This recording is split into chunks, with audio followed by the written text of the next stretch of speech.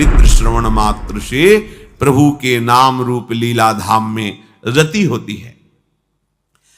आपके मुख में भगवान नाम चल रहा है तो कोई भी आपको परास्त नहीं कर सकता। बड़ी महिमामयी इस महाभागवत की बात है। सुधन्वा जी, ये एक चंपापुरी नाम का राज्य था। वहां के राजा हंसध्वज जी थे, उनके पुत्र थे श्री सुधन्वा जी। परम धार्मिक धर्मपूर्वक राज्य का शासन करना और प्रभु की भक्ति में रत रहना और योद्धाओं में सर्वश्रेष्ठ वृत्ति रखना, ये हंसध्वज राजा का प्रभाव। पूरी प्रजा को अपने पुत्र की तरह पालन करना। राजा पूरे देश का पिता है और प्रजा पुत्रवत राजा के द्वारा पोषित होती है। तो ये उस समय की बात है जब महाराज युधिष्ठिर अश्वमेध यज्ञ कर रहे थे। प्रद्युम्न, सात्यकी आदि असंख्यों महारथी योद्धा द्वारिका से सहयोग के लिए आए हुए थे। घोड़ा छोड़ा जाता है, जिस राज्य से घोड़ा जाता है तो घोड़े का पूजन करके नमस्कार कर लिया तो मतलब वो राजाधीन है, और अगर घोड़े को पकड़ लिया तो मतलब युद्ध होगा, तब आगे बढ़ा जाएगा। जे ही गुप्तचरों ने हंसध्वज राजा को समाचार दिया कि महाराज युधिष्ठिर का अश्वमेध यज्ञ का घोड़ा आपकी राज्य सीमा में प्रवेश कर चुका है, उनको बहुत आनंद हुआ। अहो भाग्य, जिनकी हम आराधना कर रहे थे भगवान जरूर दर्शन देंगे, क्योंकि ये पांडवजन महाभागवत हैं और इनको जरा भी कोई कष्ट देना चाहे तो भगवान व्याकुल होकर उपस्थित हो जाते हैं। गुप्तचरों से पूछा कि क्या भगवान श्री कृष्ण भी हैं? बोले उनके तो दर्शन नहीं हुए, पर हां द्वारिका की सेना भी उपस्थित है, तो उनका दर्शन जरूरी है। वैसे अगर वो होते तो घोड़े का पूजन करते और प्रभु के दर्शन कर लेते, पर प्रभु नहीं है तो अब दूसरा उपाय करना पड़ेगा दर्शन के लिए। आदेश किया महाराज युधिष्ठिर के अश्वमेध को पकड़ लिया जाए। पकड़ लिया गया। जे ही पकड़ा गया तो अब इतने महान महान महारथी, साथ में अर्जुन जी भी हैं, सात्यकी जी हैं, प्रद्युम्न जी, बड़े बड़े महारथी। हर्षपूर्वक युद्ध का जयघोष किया गया। हंसध्वज जी ने आदेश कर दिया तत्काल सेना उपस्थित हो। अगर तनिक भी विलंब किया गया तो खौलते हुए कड़ाह में उसे डाल दिया जाएगा। नगाड़े की ध्वनि पूरी होते होते पूरी सेना नगर के बाहर आ जानी चाहिए। ऐसा सावधान भी रहते हैं सैनिक, कभी भी राजा का आदेश हो जाए। स्वयं बड़े गजराज पर चढ़कर हंसध्वज भगवान श्री कृष्ण को प्रणाम करके मानसिक और अर्जुन से युद्ध करने के लिए आगे बढ़े। पूरे सैनिक सब तत्काल तैयार हुए, क्योंकि राजा की आज्ञा थी अगर विलंब हुए तो खौलते हुए तेल के कड़ाह में डाल दिया जाएगा। सब ठीक समय पर उपस्थित हो गए। वहां एक भयंकर अग्नि की उसमें बड़ा कड़ाह रख करके तेल खोलाया गया, कोई विलंब ना हो, अगर होगा तो डाल दिया जाए। जितने भी वीर योद्धा थे सब उपस्थित हो गए, लेकिन राजा के पुत्र जो सुधन्वा जी थे, ये बड़े भगवान के नाम जापक भक्त थे, हर समय नाम जप करते रहते थे। जो ही आज्ञा हुई अस्त्र शस्त्रों से सुसज्जित हुए। पहले तो माता जी के पास गए, उनको प्रणाम किया और कहा मां आज हमारे जीवन का परम लाभ उपस्थित हुआ है, क्योंकि आज मुझे अर्जुन से युद्ध करना है। वो भगवान के परम प्रेमी भक्त हैं, आज युद्ध कौशल के द्वारा उनको मैं तृप्त करूंगा,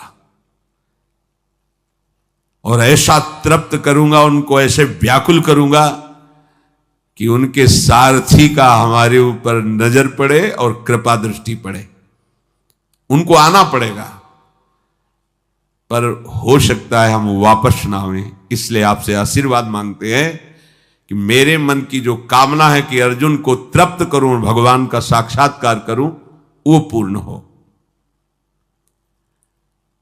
इसके बाद माताजी को प्रणाम करने के बाद जब आगे बढ़ने लगे तो माताजी ने कहा, बेटा, बड़े बड़े ऋषि मुनि जिन भगवान श्री कृष्ण का रात दिन ध्यान और गुणगान करते हैं,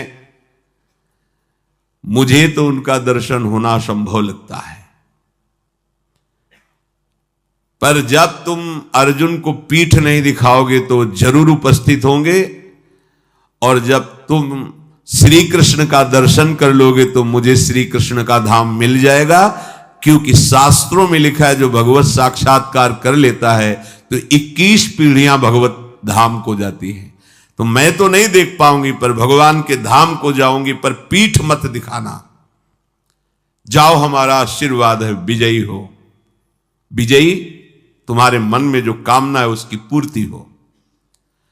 सुधनवा जी भी निकले तो उनकी बहन जी आई, तिलक लगाया, आरती की, विजय की कामना की। आगे बढ़े तो अभी कुछ ही समय पहले ब्याह हुआ था। प्रभावती नाम की पातिव्रत धर्म से युक्त पत्नी थी। मुस्कुराती हुई सामने आई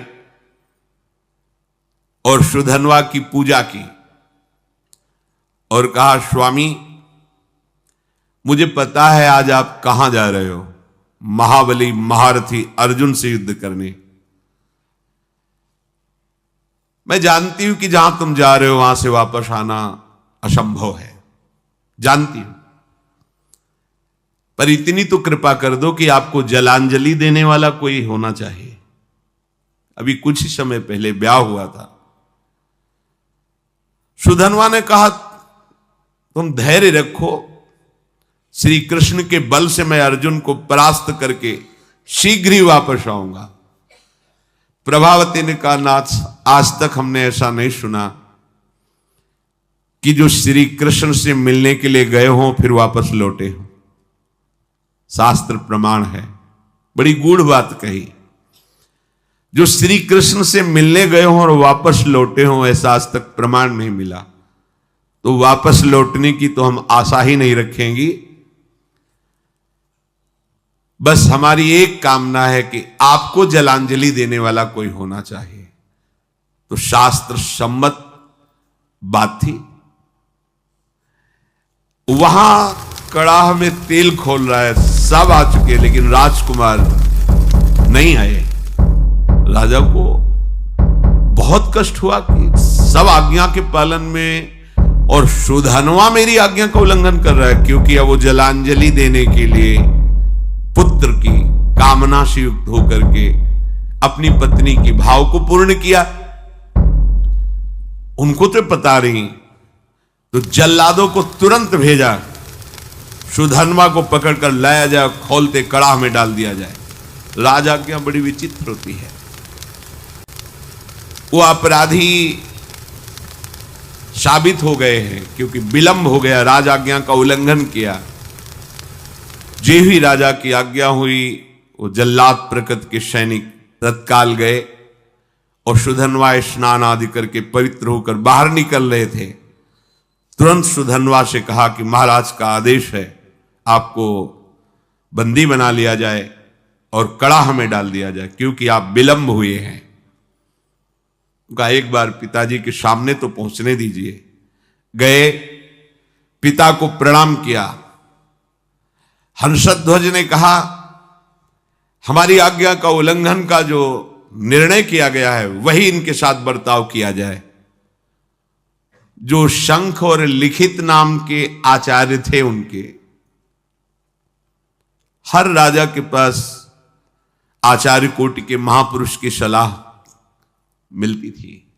जैसे परम ज्ञानी जनक जी हैं पर सदानंद जी विराजमान हैं, चक्रवर्ती सम्राट महाराज दशरथ तो वशिष्ठ जी विराजमान हैं, देवराज इंद्र तो बृहस्पति जी विराजमान।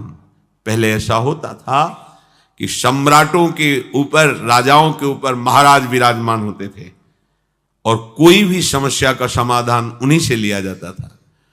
ये पुरोहित जो शंख और लिखित थे, ये जलते थे सुधनवा से, क्योंकि सुधनवा निरंतर नाम जप करती हुई भगवत आराधना में ये उनको पसंद नहीं था, तो कई बार तर्क वितर्क किया था। अब उनको अवसर मिला। राजा हंसध्वज ने पूछा कि आचार्य प्रवर आपका क्या आदेश है इस विषय में। उनका जो आपकी आज्ञा हुई उसका पालन किया जाए, अर्थात इनको खोलते हुए कड़ाह में डाला जाए। स्वभाव से ईर्ष्या रखने वाले ये शंख और लिखित आचार्य ने खोलते कड़ाह में सुधनवा को डालकर उनका जीवन अंत कर दिया जाए, ऐसा ही दस्तखत कर दिया। यदि आप अपने पुत्र के मुंह में आकर के अब हमारी लिखित बात को काटते हैं तो हम दोनों आपको छोड़ देंगे, अब तो चांस ही नहीं। हंसध्वज ने तत्काल सैनिकों को आदेश किया, उठा करके डाल दो इनको खोलते हुए कड़ाह में। मंत्री समझाने की चेष्टा करे तो पुरोहित खिलाफ है। मंत्री के हृदय में भी बड़ा। सुधनवा जी ने जो ही देखा कि मेरी कामना तो नष्ट हो गई। मेरी कामना थी अर्जुन को युद्ध में इतना व्याकुल करूंगा कि भगवान पधारेंगे और मैं उनका दर्शन पाऊंगा, अब तो कड़ाह में डाल दिया जाएगा। तो चलो जैसी भगवान की इच्छा।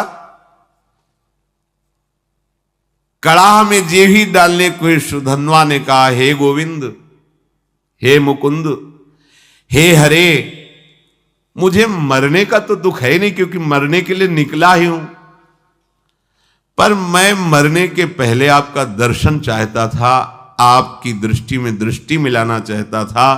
आप अर्जुन के पक्ष में होकर मुझे कैसे देखते हैं ये देखना चाहता था, सो अधूरा रह गया। यदि अर्जुन के बाणों से बिंधता और आप हमारी तरफ देखते तब मुझे आनंद मिलता। ये कायरों की तरह मृत्यु होगी कि कड़ाह में डाल करके। प्रभु यदि आप हम पर कृपा करते हैं तो मुझे जो कामना है उसकी पूर्ति होनी चाहिए। मरना तो है ही, पर ऐसे नहीं, ललकार करके अर्जुन को व्याकुल करके मरने की इच्छा है। युद्ध स्थल में अपने पराक्रम को दिखाते हुए बाणों से आपकी पूजा करूंगा, फिर प्राण त्यागूंगा तो मुझे संतोष होगा। गांडीव धनुष से छूटे हुए बाण जब हमारे हृदय को बेधेंगे तो मुझे आनंद प्राप्त होगा। यह है वीरों का मृत्यु की मांग करना। तो इनसे कम वीर नहीं होते भगवत भक्तजन। काम, क्रोध, लोभ, मोह, मद, मत्सर, ईर्ष्या, द्वेष, पूरा जगत सब का विरोध सह करके भगवान के मार्ग में बढ़ते हैं, जो सच्चाई से बढ़ते हैं। श्री कृष्ण श्री कृष्ण श्री कृष्ण श्री कृष्ण। मुख से अनवरत तो चलता ही रहता था। उठाया गया और कड़ाह में छोड़ दे, खोलता हुआ तेल। काफी देर वो आनंद से उसी कड़ाह में बैठे रहे। आसपास तेल खोल रहा है, रोम भी नहीं जल रहा, क्योंकि अग्नि में जो दाहिका शक्ति है वो श्री कृष्ण के द्वारा दी गई है, और जिसके मुख में श्री कृष्ण है, जो श्री कृष्ण के आश्रित है, तो दाहिका शक्ति उसको कैसे जला सकती है। महावीर हनुमान जी महाराज, पूंछ में आग लगी है और पूंछ का एक रोम नहीं झुलसा, पूरी लंका जल गई। वहीं पूरी लंका के मध्य में विभीषण, जो रावण जैसे राजा के महामंत्री और भाई हैं, उनके महल में कहीं भी कुछ भी झुलसा नहीं, पूरी लंका जल गई। क्यों? दाहिका शक्ति जिनकी आज्ञा से काम करती, उनके भक्त का घर कैसे जल सकता है? उनके महाभागवत की एक रोम भी नहीं झुलसा हनुमान जी का। ऐसे ही सुधनवा जी का एक रोम भी नहीं झुलसा। जैसे जल में प्रफुल्लित कमल खिला रहता है, ऐसे मुख प्रसन्न श्री कृष्ण श्री कृष्ण श्री कृष्ण। अब सबको बड़ा आश्चर्य हुआ, तेल बुद बुद बुद बुद खोल रहा है, ये भी नहीं है कि वो शांत हो, और वो प्रसन्न मुद्रा में श्री कृष्ण श्री कृष्ण। ये नाम का बहुत चमत्कार है, अपने लोग उसे समझ नहीं पा रहे। राजा हंसध्वज ने अपने पुरोहित शंख और लिखित से कहा, ये क्या हो रहा है, ये जल क्यों नहीं रहा है? पुरोहित जी विचार करके सोचते, आग तो जल रही, क्या तेल ये ऐसे ही खोल रहा है, इसमें गर्मी नहीं है? तो एक नारियल फल ऐसे वो कड़ाह में डाला, जे भी डाला और इतना गर्म तेल था, फटाक से फटा, और लिखित और शंख दोनों आचार्य थे, उनकी खोपड़ी में लगा जाके, और उनकी खोपड़ी में फफोले पड़ गए, उसकी बूंदे पड़ने। वो महाराज ये तो बिल्कुल आग है इस समय तेल। निश्चित है कि सुधन्वा श्री कृष्ण नाम के बल पर है, इसलिए ये आग इसे नहीं जला सकती। अब पुरोहित को विरोध करने का कोई भी अवसर नहीं। वहां के लोगों ने सुधन्वा जी कोई औषधि का प्रयोग किए हुए हैं क्या, जो तेल का प्रभाव नहीं पड़ रहा? वहां बड़े बड़े आयुर्वेदाचार्य भी थे, कहा नहीं, इस ऐसी स्थिति में कोई औषधि काम नहीं करती। इसका मतलब है कि ये जो कृष्ण कृष्ण बोल रहे हैं इसी का प्रभाव है। यही तो मित्रजन पूछते थे प्रहलाद जी से कि तुम्हारे ऊपर बड़े बड़े काले सांप छोड़े जा रहे हैं और तुम्हें काटते नहीं, तुम्हें पहाड़ से दबाया जा रहा है, अग्नि से जलाया जा रहा है, जल में डुबोया जा रहा है, बड़े बड़े नुकीले शस्त्रों से काटा जा रहा है, पर तुम्हारी त्वचा ही नहीं कटती, ऐसा क्या है तुम में? तो उन्होंने कहा, मैं हर समय हरि हरि श्री हरि ऐसा बोलता हूं, तो मुझे लगता है कि मेरे हरि मुझे ऐसे लिए हुए तो ना कोई आग, ना कोई अस्त्र शस्त्र, ना कोई मुझे दुख, कोई छू ही नहीं पा रहा है, क्योंकि मेरे हरि मुझे गोद में लिए हुए हैं और ऐसे किए हुए। नाम का बहुत बड़ा, ऐसा ना समझो कि ये उनके ऊपर प्रभाव था, आपके ऊपर नहीं। आप वैसे ही जपिए, देखिए प्रभाव। अब पुरोहित जो लिखित और शंख जी थी, उन्होंने कहा, धिक्कार है मुझे, मैं अपने शास्त्र ज्ञान के गर्व में होकर भगवान की भक्ति का तिरस्कार करता था, आज मैंने देख लिया सुधन्वा की भक्ति का प्रभाव। और वो दोनों ऐसा सोच ही रहे थे कि फिर जो परिजन थे सुधन्वा को बाहर नहीं, कुछ नहीं, बस जैसे और तेल से चिकनाहट हो गई हो बस। अब वो दोनों शर्मा करके आचार्य खुद कड़ाहे पे कूद गए। ये धिक्कार हमारे जीवन को, ऐसे भक्त का विरोध करते थे। सुधन्वा जी ने श्री कृष्ण श्री कृष्ण श्री कृष्ण, तो कूदने में तो थोड़ा जलन सी, पर तुरंत शीतल हो गया। आचार्य थे, चरणों में पड़ गए सुधन्वा के। कौन ऐसा है जो नाम जापक के चरणों में अपना भावना समर्पित कर दे? नाम की बड़ी महिमा है।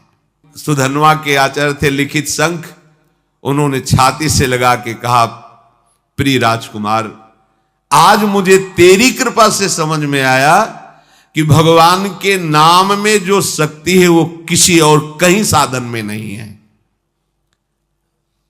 पुरुष सिंह, आज तुम्हारे स्पर्श से मैं पावन हो गया, क्योंकि तुम भगवान नाम जप करते हो। अब पता चल गया कि मैं तुम्हारा उद्धार नहीं करूंगा, तुम मेरा उद्धार कर दोगे। आचार्य अपने शिष्य से कह रहे हैं, वीरवर जाओ, सम्रांगण में तुम्हारी कामना की पूर्ति हो। सुधन्वा पिता को प्रणाम किया।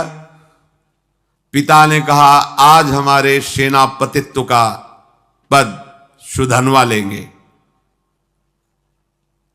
अब युद्ध प्रारंभ हुआ।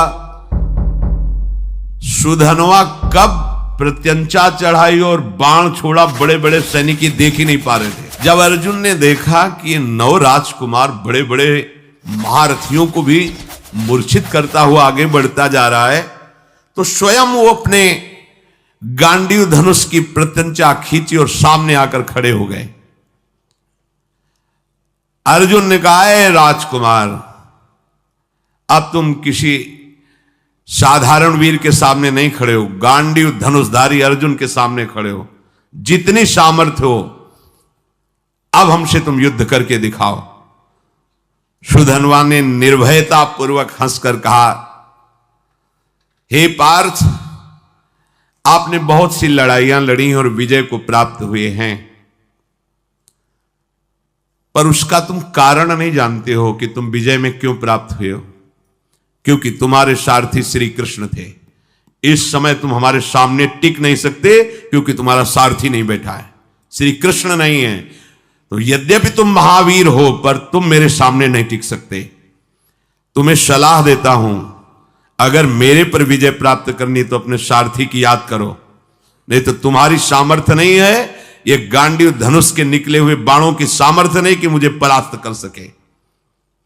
एक बालक के मुख से ऐसी चुनौती, अर्जुन जी परम धनुर्धर, दिव्यास्त्रों का ज्ञान, क्रोधित होकर सुधन्वा पर बाणों की वर्षा शुरू कर दी।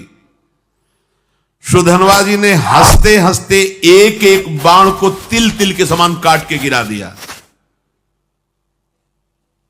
अर्जुन जी को लगा आज तक ऐसा भी, बाणों को काट देना अलग बात, लेकिन हर बाण को तिल तिल काट के बाणों की वर्षा हो रही। बाणों को काटते हुए अपने बाणों से ध्वजा, धनुष, प्रत्यंचा सब पर चोट पहुंचा दी। सुधन्वा ने ध्वजा काट के गिरा दी, प्रत्यंचा काट दी, गांडीव पर प्रहार किया और अर्जुन के सारथी को भी घायल कर दिया और कहा, कहां गया तुम्हारा वो पुरुषार्थ गांडीव धनुषधारी अर्जुन। बिना प्रत्यंचा का धनुष, बिना ध्वजा का रथ, सारथी बेहोश। आश्चर्य में पड़ गए कि ऐसा वीर बालक तो हमने देखा ही नहीं। अब उनके मुख से हर समय चल रहा है जो भगवान का आदेश, मामनुष्यमर युद्ध च कृष्ण कृष्ण कृष्ण कृष्ण। आप तो बहुत बड़ी बड़ी बातें कर रहे थे, देखा बालक का चमत्कार, मुझे बालक कह रहे थे, अब कहो तो आपको बाणों से घायल करके ऐसी दशा में पहुंचा दूं जो वीर पुरुषों को शोभा नहीं देती। अब भी अवसर है, याद करो अपने सारथी को और बुला लो, क्योंकि यही इच्छा थी कि एक बार श्री कृष्ण को देखूं। अर्जुन को लगा कि जब इस हालत में पहुंचा दिया तो अगला बाण तो हमें मूर्छित करके गिरा देगा। जे ही स्मरण किया, भगवान दौड़ते हुए आ गए। यही है भगवान का वात्सल्य। जैसे मां, तो मां कहीं भी वो आवाज पड़ते ही भाग के आ जाएगी, लेकिन उनके लिए जिन्होंने केवल भगवान को अपना माना है, केवल, अगर दूसरा कोई है तो रुके रहेंगे, ध्यान रखना। अगर दूसरा कोई बल नहीं है तो उसी समय आपको अनुभव होगा, आ गए प्रभु। जैसे द्रौपदी जी को अनुभव हुआ, वस्त्र रूप में आ गए प्रभु। मन ही मन भगवान को पुकारा, ते ही दया में भगवान दौड़ते हुए आए और सारथी जो मूर्छित था उसको हटाकर अर्जुन की घोड़े की जो बागडोर थी पकड़ ली। सुधन्वा ने, क्योंकि पूरे जन्म यही आशा थी, एक बार देखो ओ नील मेघ श्याम की कांति, अभयद भुज दंड मूल पीनन सानुकूल, कनक निकस लसित कुल दामिनी दर की। ऐसे सुंदर नेत्र, ऐसा पीता। पहले तो शोभा का पान करता रहा, जी भर के दर्शन किया, रथ से उतरा, प्रणाम मुद्रा में हुआ, क्योंकि आराध्य देव है। बस रोष में आके फिर रथ में, और पार्थ अब संकोच मत करना, तुम्हारी विजय होगी। ये देखो भगवत भक्तों का हृदय कैसा होता है। जिसके पक्ष में भगवान है, मैं कहता हूं तुम्हारी विजय होगी। पर मेरे विजय प्राप्त करने, मेरे पर विजय प्राप्त करने के लिए तुम्हें पुरुषार्थ दिखाना होगा। ऐसे नहीं कि मैंने धनुष रख दिया तुम्हारी विजय हो जाएगी। अर्जुन ने कहा, वीर आज मैं तुम्हारे सुंदर मस्तक को 3 बाणों के द्वारा काट कर गिराऊंगा। यदि मैं श्री कृष्ण के सामने तुम्हारे सिर को ना गिरा सकूं तो मेरे जितने पूर्वज हैं सब पुण्यहीन होकर के नरक में गिर जाएं। ये मैं प्रतिज्ञा करता हूं। सुधन्वा ने कहा, पार्थ मैं श्री कृष्ण के सन्मुख प्रतिज्ञा करता हूं कि आपके तीनों बाणों को अपने पास नहीं पहुंचने दूंगा, बीच में ही काट के गिरा दूंगा और 3-3 टुकड़े करूंगा, और ऐसा ना करूं तो मुझे घोर दुर्गति प्राप्त हो। महाबली सुधन्वा ने 10 बाणों के द्वारा अर्जुन को, 100 बाणों के द्वारा श्री कृष्ण को, 1 बाण रथ पर चलाया तो कुम्हार की चाक की तरह पूरे रथ को उठा के घुमाने लगा और 100 हाथ दूर फेंक दिया। सुधन्वा ने 100 बाण भगवान की पूजा में, 10 बाण अर्जुन की पूजा में, और 1 बाण मारा, रथ ऐसे चक्राकार होकर 100 हाथ दूर गिरा जाकर के। भगवान श्री कृष्ण बोले, धन्य है वीर, धन्य है। अर्जुन बिना समझे बूझे प्रतिज्ञा कर ली, पितरों को नरक भेजना है क्या? सुधन्वा देखो कितना महाबली है। सुधन्वा की शक्ति देखी तुमने? ओ श्री कृष्ण श्री कृष्ण श्री कृष्ण श्री कृष्ण नाम चल रहा है। अर्जुन ने कहा, प्रभु उसकी प्रशंसा क्यों की? बोले, जानते हो समस्त ब्रह्मांडों का भार लिए हुए मैं बैठा हूं, मुझे सहित तेरे सहित 100 कदम पीछे फेंक दिया। बोले, प्रभु इसका इतना बल कहां से आ गया? बोले, ये बहुत जोरदार है, ये तो निरंतर नाम जप कर रहा है, और दूसरा ये एक पत्नी व्रत है। बोले, ये एक सुदृढ़ पत्नी व्रत है, इसलिए हमको दूर फेंक दिया। अर्जुन ने भगवान से कहा, इस समय विनोद का समय नहीं है, इस समय तो हमारी हार हो रही आपके बैठने पर भी। अब दिव्यास्त्र का संधान किया, काल को विराजमान किया बाण पे, संधान करके श्री कृष्णचंद्र ने कहा, गोवर्धन पर्वत उठाकर जो गोप गौओं की रक्षा की, उससे प्राप्त पुण्य मैं इस बाण पर विराजमान करता हूं। सुधन्वा से कहा, बचो ये काल का बाण है। सुधन्वा ने कहा, हमारे पास श्री कृष्ण नाम है जो काल का भी महाकाल है। देख लो, एक तरफ भगवान है, एक तरफ नाम है। ये देखो, उन्हीं का नाम है, एक तरफ भगवान, एक तरफ भगवान का नाम। सुधन्वा ने जोर से उच्चारण किया, जय श्री कृष्ण, संधान किया बाण के, नाम का अद्भुत प्रभाव, टुकड़े टुकड़े कर दिए, और जोर जोर से जय श्री कृष्ण जय श्री कृष्ण जय श्री कृष्ण मंगलमय नामों का जोर जोर से उच्चारण। त्रिलोक के ऋषि मुनियों में हाहाकार मच गया। भगवान ने गिरिराज उठाने का पूरा पुण्य लगा दिया, अर्जुन ने काल का संधान किया बाण पे, काल की भी चाल नहीं। ये नाम का प्रभाव देखो। भगवान ने अर्जुन से कहा, तुरंत दूसरा बाण निकालो, दिव्यास्त्र तो बढ़ता चला जा रहा है। भगवान ने उस बाण में अपनी बहुत सी शक्तियों का संधान किया। सुधन्वा से कहा, अब जीत के दिखाओ। देखो भगवान क्या करे, समझ रहे हो? मेरे नाम के आगे मेरे पुण्य और सुकृत और शक्तियां भी काम नहीं करती, इसीलिए नाम के अधीन भगवान हो जाते हैं। सुमिर पवन सुत पावन नामू, अपने बस करी राखे रामू। इस रहस्य को समझो। सुधन्वा ने कहा, अर्जुन अब मेरी प्रतिज्ञा सुनो, यदि मैं इस बाण को टुकड़े टुकड़े न कर दूं तो अरुंधति सहित महर्षि वशिष्ठ की ब्रह्म ऋषि की हत्या का पाप मुझे तुरंत लगे। सुधन्वा ने तुरंत गोविंद कृष्णो बाण मारा। प्रबल पुरुषार्थ से चलाया हुआ अर्जुन का भगवान की शक्ति से संपन्न बाण 5 टुकड़े हो गए। भगवान ने कहा ये भी गया। ब्रह्म इतना बड़ा शक्ति संधान किया, अर्जुन उदास होने लगे। प्रभु अब क्या होगा, तुम्हारी शक्ति भी इसमें थी, सब क्या। यही समझो, रहस्य समझो, भक्तों ने यही रहस्य समझा है। भगवान की भी रक्षा भगवान के नामों से यशोदा मैया और सब गोपियों ने की। बाल गोविंद की लीला में पढ़ के, अरे नाम इतना बड़ा है कि कहां लगी नाम बड़ाई, राम न सकई नाम गुण गाई।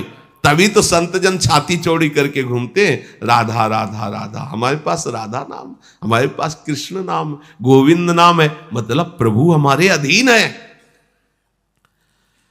भगवान देखा कि अर्जुन निरुत्साहित हो रहे, तो 5 जन शंख को लिया और 5 शंख का नाद जो है ना, वो उत्साह वर्धन करने वाला होता है।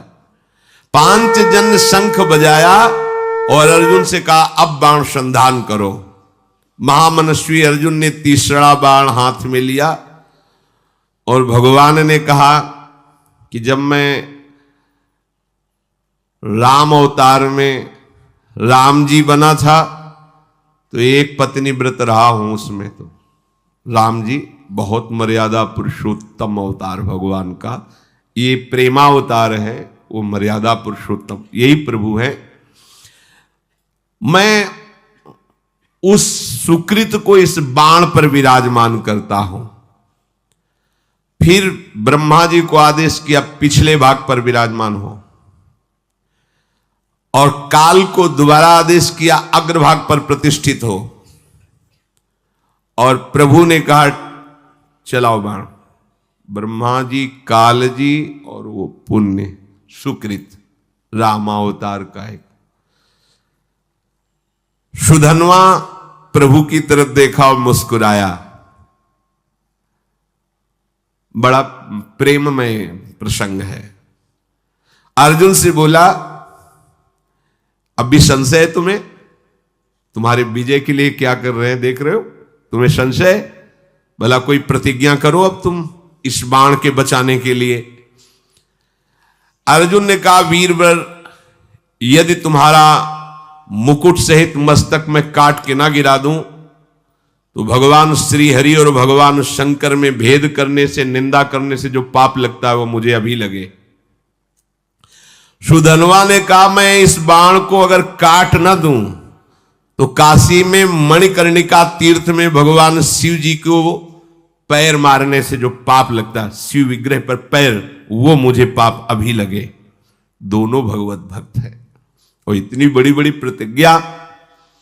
सुधनवा ने भगवान श्री कृष्ण की तरफ देखा और कहा जय श्री कृष्ण, जय श्री कृष्ण। अर्जुन उस बाण को संधान किया। सुधनवा ने उस प्रभावशाली बाण को कृष्ण कृष्ण कहते हुए काट दिया।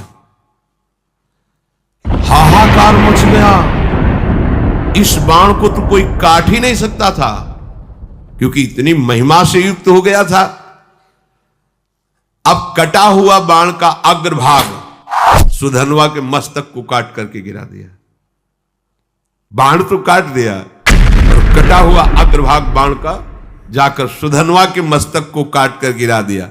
आश्चर्य की बात कि सुधनवा के कटे हुए मस्तक से भी निकल रहा था जय श्री कृष्ण, जय श्री कृष्ण, जय श्री कृष्ण। जैसे द्वेष भाव से भजने के कारण रावण के भी मुख से निकल रहा था, कहां राम रन हतोपचारी, खोपड़ी पड़ी है पर उससे निकल रहा था कहां राम रन हतोपचारी। महाभागवत सुधनवा जी के कटे हुए सिर से निकल रहा था जय श्री कृष्ण, श्री कृष्ण, श्री कृष्ण। भगवान श्री कृष्णचंद्र जी उतरे और अपने कर कमल से उसके सर को उठाया और हृदय से लगाया। ये तो बाहरी लीला थी। इतने में सुधनवा के जो शरीर से ज्योति निकली थी भगवान की परिक्रमा करके भगवान में लीन हो गई। श्री कृष्णचंद्र जी ने सुधनवा के पिता से कहा ऐसा भक्त अभूतपूर्व है। शायद ऐसा न हुआ है, न ऐसा आगे होगा। जैसा तुम्हारा पुत्र मेरा भक्त था, वो तो मेरे दिव्य धाम में गया।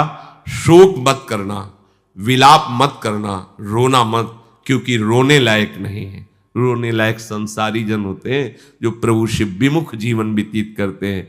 जो प्रभु में जीवन व्यतीत करते हैं वहां तो उत्साह मनाया जाता है, क्योंकि वो धाम गया, नरक तो गया नहीं कि रोए। धाम गया तो खूब नाम कीर्तन किया जाता है। भक्तों को अभय देने वाले प्रभु श्री हरि के नाम की अपार महिमा है। इसलिए भगवान कह रहे अनन्य हो करके सततम कीर्तयन्तम, निरंतर मेरा, इससे बड़ा कोई लाभ नहीं। क्या चाहिए, जो चाहिए सब प्राप्त हो जाएगा। आप जैसे भी बने, भाव से कुभाव से, श्रद्धा ना हो तो भी, जो नाम आपको प्रिय लगे, सब हमारे प्रभु के नाम है, उनके नाम का खूब जप करो, कीर्तन करो, सुखी हो जाओगे, आनंदित हो जाओगे। भगवान उनकी ही रक्षा नहीं करते, हम सबकी रक्षा करेंगे। पर जब हम अहंकार से युक्त होकर, तो फिर भगवान अहंकारी की रक्षा नहीं करते। जो भगवान का आश्रय लेकर नाम जप करता है, भगवान उसकी निश्चित रक्षा करते हैं। शेष चर्चा आगे। श्री राधा वल्लभ लाल।